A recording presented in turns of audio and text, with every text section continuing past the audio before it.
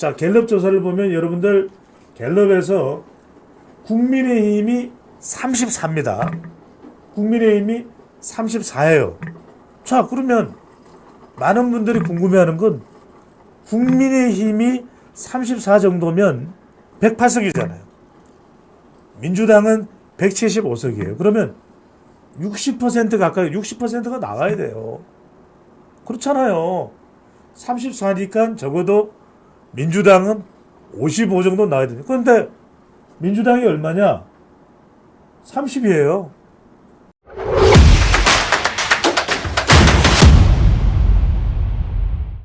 국내 정치판은 지금 공감하기가 어려운 일들이 마치 아무렇지도 않은 것처럼 벌어지고 있습니다. 먼저 정당 지지율부터 한번 볼까요? 정당 지지율을 보면 지금 민주당의 태도를 보면 여러분들이 이거 잘 분석을 하셔야 돼요. 총선에서 압승을 거뒀으니까 이제는 우리 마음대로 하겠다. 우리 꼴리는 대로 하겠다. 자, 이런 모습을 서슴지 않는 민주당의 태도를 보게 됩니다. 여러분들 그 첫 번째가 뭐냐? 자, 그래도 국민의힘은 원내대표를 뽑을 때 집권 여당이에요. 집권 여당의 원내대표를 얼마나 하고 싶겠습니까? 그러니까 추경호, 또 송석준, 또 충북 충주의 이종배 3파전이 벌어졌어요. 그래서 민주주의란 이런 겁니다. 민주주의는 다수의 선택지가 있고 그 중에서 유권자들이 선택을 하는 것입니다. 바로 국민들의 주권이 반영되는 민주주의죠. 정당도 마찬가지입니다. 여러분들 정당 민주주의라는 게 있어요. 그러니까 집권 여당도 추경호, 송석준, 이종배 세 사람이 맞붙어서 추경호가 뽑힌 겁니다. 여기에 여러분들 이번 국민의힘 원내대표에 윤심이 있다, 윤심이 없다 이런 이야기 들립니까? 오히려 윤심 운운했던 이철규 의원은 출마조차 못했어요. 여러분들이 그걸 뭐 좋아하든 좋아하지 않든 간에 제가 강조드리고 싶은 것은 적어도 집권 여당의 원내대표에는 정당 민주주의, 이른바 파리 데모크라시가 작동이 된 겁니다. 자, 우리가 미국의 민주주의를 높게 평가하고 영국의 민주주의를 높게 평가하는 이유는 뭡니까? 그래도 미국의 민주주의나 영국의 민주주의를 보면 우리가 참 이 나라들 대단하다. 민주주의의 뿌리가 성장하기 시작한 곳이 바로 영국이라면 그 민주주의가 꽃피운 것이 현대 민주주의가 꽃핀 곳이 바로 미국 아니겠습니까? 그리고 프랑스는 바로 시민의 자유, 시민의 권리가 최대한 극대화되는 바로 그 프랑스 혁명, 프렌치 레볼루션, 이 프랑스 혁명이 있었던 것이 바로 프랑스 아니겠습니까? 레 미제라블입니다. 자, 그런데 이상한 일이 벌어져요. 자, 갤럽 조사를 보면 여러분들 갤럽에서 국민의힘이 34입니다. 국민의힘이 34예요. 자, 그러면 많은 분들이 궁금해하는 건 국민의힘이 34 정도면 108석이잖아요. 민주당은 175석이에요. 그러면 60% 가까이 60%가 나가야 돼요. 그렇잖아요.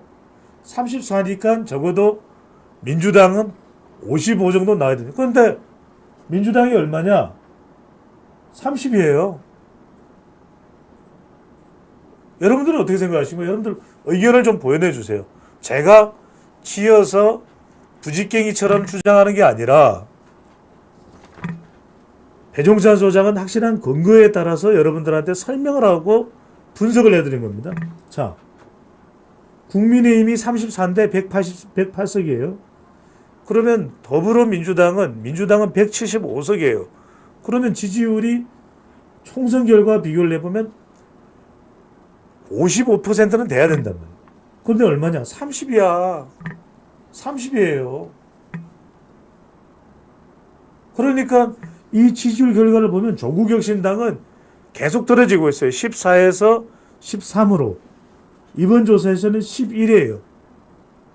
점점 떨어져요. 조국혁신당은. 점점. 총선 때니까, 총선 때는 윤석열 대통령 뭐 심판해야 된다. 너희들 쫄았지. 꼬마 치아뿌라마. 이런데 솔깃했을지 모르겠지만 이젠 선거는 다 끝났어요. 이제 선거 결과 가지고 어떠니 저떠니 이렇쿵 저렇쿵 해봐야 소용이 없어요. 우리도 그렇잖아요. 중간고사, 기말고사 다 끝났어요. 그런데 지금 기말고사 다 끝났는데 기말고사에 어떻다 저떻다 이야기하는 게 의미가 있어요? 이제 다가올 2학기의 중간고사, 2학기의 기말고사 생각해야 되는 거예요. 그런 상황에 국민의힘이 34, 민주당이 30이다. 이건 무슨 이야기냐? 이건 유권자들이 주는 메시지가 분명한 거예요. 총선 결과는 윤석열 대통령에게 주는 메시지였다. 윤석열 대통령 국정 운영을 더 잘해라. 더 제대로 해라. 더 성과를 내라. 이 이야기를 한 거예요. 민주당이 잘했다. 민주당이 예쁘다. 민주당이 공천 잘했다. 이재명이 탁월하다. 이재명이 똑똑하다. 조국이 예쁘다. 조국이 잘한다. 조국혁신당이 훌륭하다. 이게 아니라 그러니까요. 여러분들 몇 번 이야기를 드립니까? 총선 결과를 부정하는 게 아니에요. 정당 지지율이 그렇다는 이야기예요. 그래서 이 메시지는 뭐냐? 제가 그전 말씀드리지만 민주당 똑바로 해라. 민주당 똑바로 해라. 조국혁신당을 향해서 조국 대표 톤으로 말씀드리죠. 너희들 똑바로 해라. 총선이 끝이 아니다. 총선이 다가 아니다. 억수로 유권자들이 두 눈 부릅뜨고 지켜본다. 이 이야기입니다, 여러분들. 이걸 잘 아셔야 돼요. 조국혁신당이 지지율이 점점 내려가고 있어요. 왜?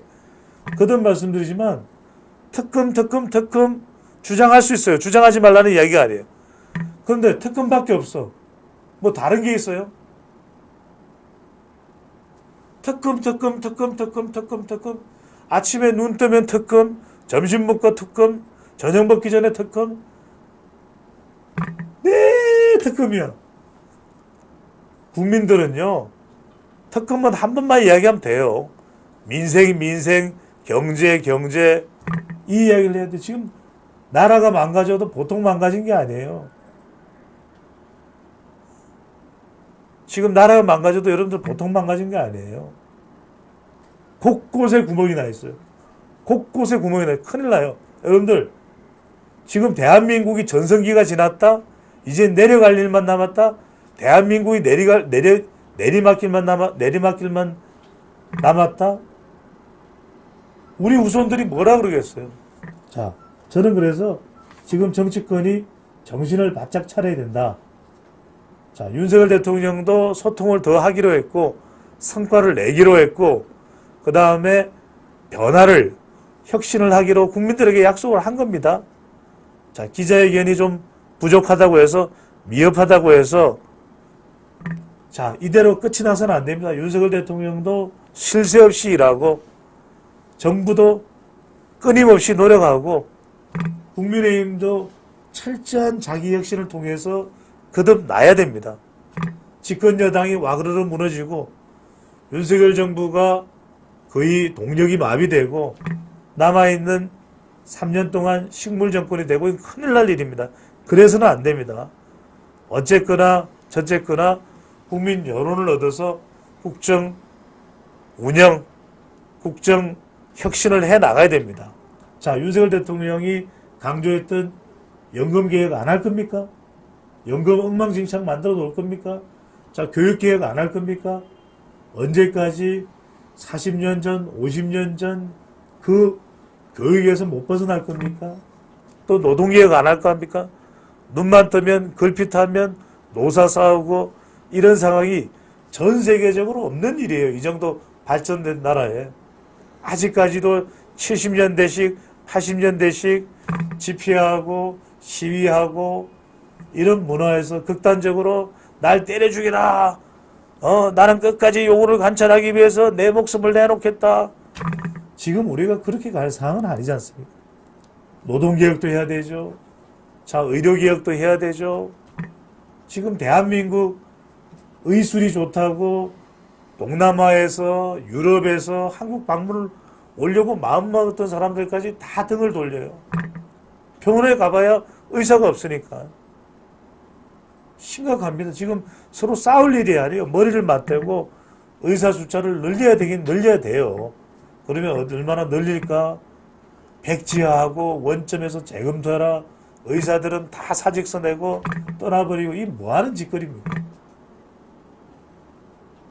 다시 다 이게 정비가 되어서 정말 이런 이야기가 됩니다. 뉴스 나오면 뉴스에 한 적어도 3분의 1은 대한민국이 전 세계 기술력 1위다. 의료기술 전 세계 넘버원이다. 천연자원이 있습니까? 뭐가 있습니까? 이 나라가 믿을 것은 인재입니다. 인재, 사람이에요. 그 다음에 철저하게 우리끼리 똘똘 뭉쳐야 돼요. 그래도 부족할 판에 지금 북한에는 북쪽으로는 김정은이가 있고 호시탐탐 어떻게든 적화 야욕을 못 버리고 있는 그런 상황 속에서 우리는 안팎으로 막 서로 죽이라고 싸우고 있고 이런 상황이 벌어져서는 안 될 것으로 보입니다.